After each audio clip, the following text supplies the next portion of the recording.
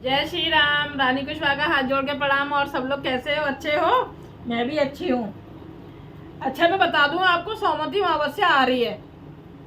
सोमवती अमावस्या आ रही है तो उसकी कथा, व्रत कथा क्या है ये मैं आपको बता देती हूँ। सोमवती अमावस्या किसे कहते हैं? जिस दिन सोमवार को अमावस्या पड़ती है उसको सोमवती अमावस्या कहते हैं, है ना। तो आपके ये सावन में पड़ रही है, कृष्ण पक्ष में सोमवती अमावस्या तो सोमवार को पड़ रही है। तो ये उस दिन व्रत रहा जाता है, रहने वाली स्त्रियां व्रत रहती हैं। ये पूर्वजों की भी होती है। अच्छा, अमावस्या है, अमावस्या पूर्वजों की होती है तो व्रत रहते हैं तो हमें हमारी दीर्घायु होती है, पति की लंबी आयु होती है, हमें सौभाग्यवती का वरदान मिलता है, हमें आशीर्वाद मिलता है सौभाग्यवती का। तो ये अमावस्या जो व्रत रहते हैं उन्हें इसका आशीर्वाद मिलता है, तो हमें करना चाहिए। तो इसकी कथा मैं बता देती हूँ। क्या कथा है? अमावस्या, सोमवती अमावस्या पर कथा। चले मैं आगे पढ़ती हूँ। एक साहूकार के 7 बेटे और 7 ही बहुएं, एक साथ एक बेटी भी थी। एक साहूकार के 7 बेटे थे और 7 बहुएं थी और एक कौन थी? एक बेटी थी। साहूकार के घर रोज एक जोगी आता। साहूकार के घर जोगी आता था तो जिसे साहूकार की बहू भिक्षा देती थी, उस जोगी को जब साहूकार की बेटी भिक्षा देने आती तो वो उससे भिक्षा नहीं लेता था। वैसे तो बहू देती थी भिक्षा, पर जिस दिन उसकी बेटी भिक्षा देने के लिए आती थी तो साहूकार भिक्षा नहीं लेता था और कहता कि तेरे भाग्य में सुहाग की जगह दुहाग लिखा है। क्या कहता जोगी? कि तेरे जीवन में सुहाग की जगह दुहाग लिखा है। लड़की को उस जोगी की बात सुनकर बहुत बुरी लगी। अब कोई इस तरीके से बोल दे तो बुरा तो लगता ही है ना, बहुत बुरी लगी। और एक दिन वो अपनी माँ से रोते रोते जोगी की बात बताती है। सारी बात सुनकर माँ कहती है कि कल जब जोगी आएगा तब मैं सुनती हूँ कि वह क्या कहता है और क्यों कहता है। उसकी माँ ने बोला, जब मैं कल वो जोगी आएगा तो मैं सुनूंगी वो क्या कहता है। फिर अगले दिन फिर जोगी आता है तो साहूकारनी छिप कर बैठ जाती है और लड़की को भिक्षा देने भेजती है। जोगी उससे भिक्षा नहीं लेता है और फिर वही बात दोहराता है कि तेरे भाग्य में सुहाग की बजाय दुहाग लिखा है। लड़की की माँ बाहर निकल आती है और जोगी से कहती है कि एक तो हम तुझे भिक्षा देते हैं और तू हमें गाली देता है। जोगी कहता है कि मैं गाली नहीं दे रहा हूँ, जो बात सच है वही कह रहा हूँ। इसके भाग्य में जो लिखा है मैं वही सच आपको बता रहा हूँ। सारी बात सुनने पर लड़की की माँ कहती है कि जब तुझे सारी बात पता है तो इससे बचने का उपाय भी पता होगा तुझे। तो जोगी कहता है कि 7 समंदर पार एक धोबन रहती है जिसका नाम सोना है। वह सोमवती अमावस्या का व्रत करती है। वो क्या उपाय बताता है कि वो कहता है कि 7 समंदर पार एक धोबन रहती है, उसका नाम सोना है और वो सोमवती अमावस्या का व्रत करती है। अगर वह आकर इसे फल दे दे तब ही इसका सुहाग टल सकता है, अन्यथा विवाह के समय सर्प काटने से इसके पति की मृत्यु हो जाएगी। सारी बात सुनकर माँ रोने लगी और सोना धोबिन की तलाश में निकल गई। चलते चलते रास्ते में तेज धूप पड़ रही थी, जिससे बचने के लिए वह एक पीपल के वृक्ष के नीचे बैठ गई। उसी वृक्ष पर एक गरुड़ के बच्चे अपने घोंसले में थे। एक सांप आया और गरुड़ के बच्चों को खाने के लिए लपका, लेकिन साहूकारनी ने उस सांप को मारकर बच्चों की रक्षा की। कुछ देर बाद गरुड़नी आई और सब जगह खून देखकर साहूकारनी को चोंच से मारने लगी। साहूकारनी बोली कि एक तो मैंने तेरे बच्चों को सांप से बचाया और तू मुझे ही मार रही है। सारी बातें जानने पर गरुड़नी बोली कि तूने मेरे बच्चों की रक्षा की है, इसलिए मांग जो चाहती है। साहूकारनी गरुड़नी से कहती है कि मुझे 7 समंदर पार सोना धोबिन के यहाँ छोड़ दो। और गरुड़नी ने वैसा ही किया। साहूकारनी वहां पहुंच तो गई, लेकिन सोचने लगी कि इसे कैसे मनाऊं। सोना धोबिन की भी 7 बहुएं थीं, लेकिन घर के काम को करने के लिए सदा आपस में ही लड़ती झगड़ती रहती थी।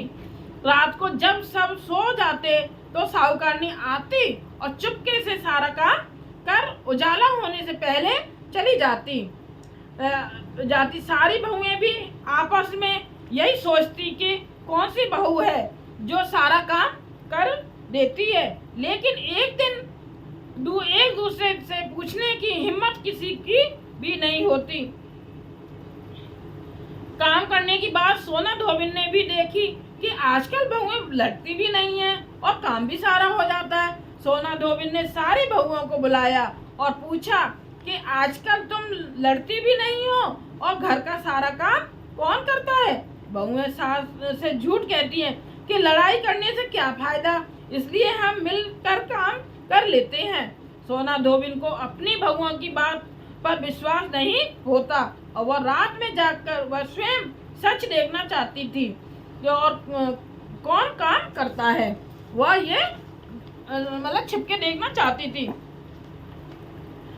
रात होने पर सोना धोबिन छिप कर बैठ जाती है कि देखूं कौन सी बहू काम करती है। 7 बहुएं थी तो उनमें से देखना चाह रही थी कि कौन सी बहू काम करती है। रात हुई तो वह देखती है कि एक औरत चुपके से घर में घुस रही है। वह देखती है कि उसने घर का सारा काम कर दिया और जाने की तैयारी में है।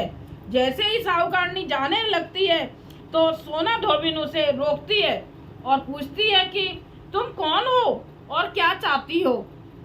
साहूकारनी कहती है कि पहले तुम वचन भरो तब बताऊंगी।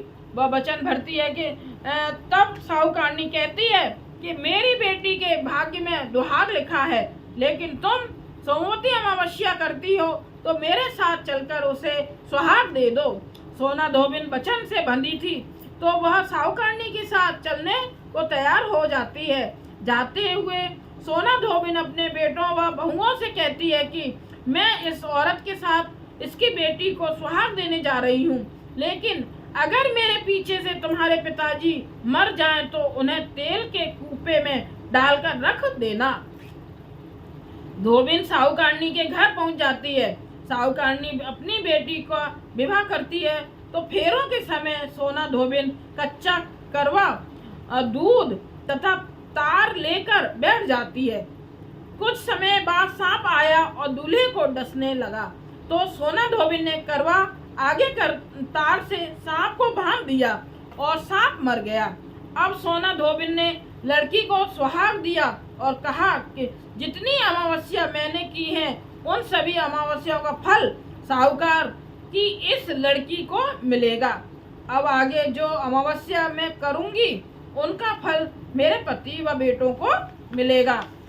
मतलब अभी तक जितनी उसने की थी तो उन्होंने कहा कि अब जितनी मैंने अब कर चुकी हूँ उसका फल इस बेटी को दे दो और जो अब आगे मैं करूंगी उसका फल मेरे पति और बेटे को मिलेगा।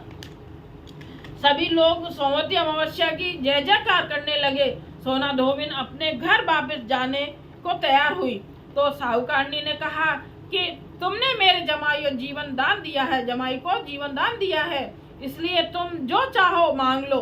सोना धोबिन बोली कि मुझे कुछ नहीं चाहिए। वह चली गई। रास्ते में चलते हुए फिर से सोमवती अमावस्या आ गई। उसने पीपल के पेड़ के नीचे बैठकर कहानी कही, व्रत रखा और पीपल के पेड़ की 108 बार परिक्रमा की। पीपल के पेड़ की पूजा के बाद वह घर जाती है तो देखती है कि उसका पति मरा पड़ा है।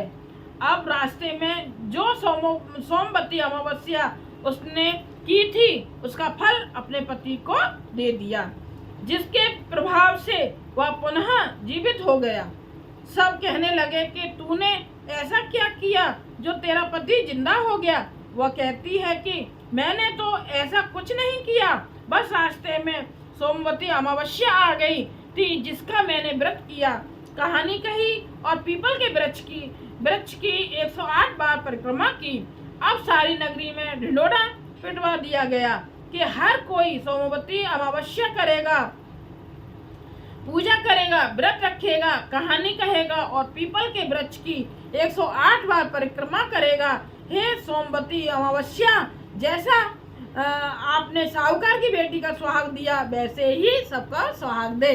जय सोमवती अमावस्या की जय। हाथ जोड़ के जैसे आपने उस बेटी को दिया, साहूकार की बेटी को सुहाग दिया सोमवती अमावस्या, ऐसे ही सबको सबकी मतलब स्त्रियों के सुहाग खूब रहे, लंबी आयु हो सबके पतियों की, ऐसी हमारी हाथ जोड़कर विनती है। जय अमावस्या मैया की जय।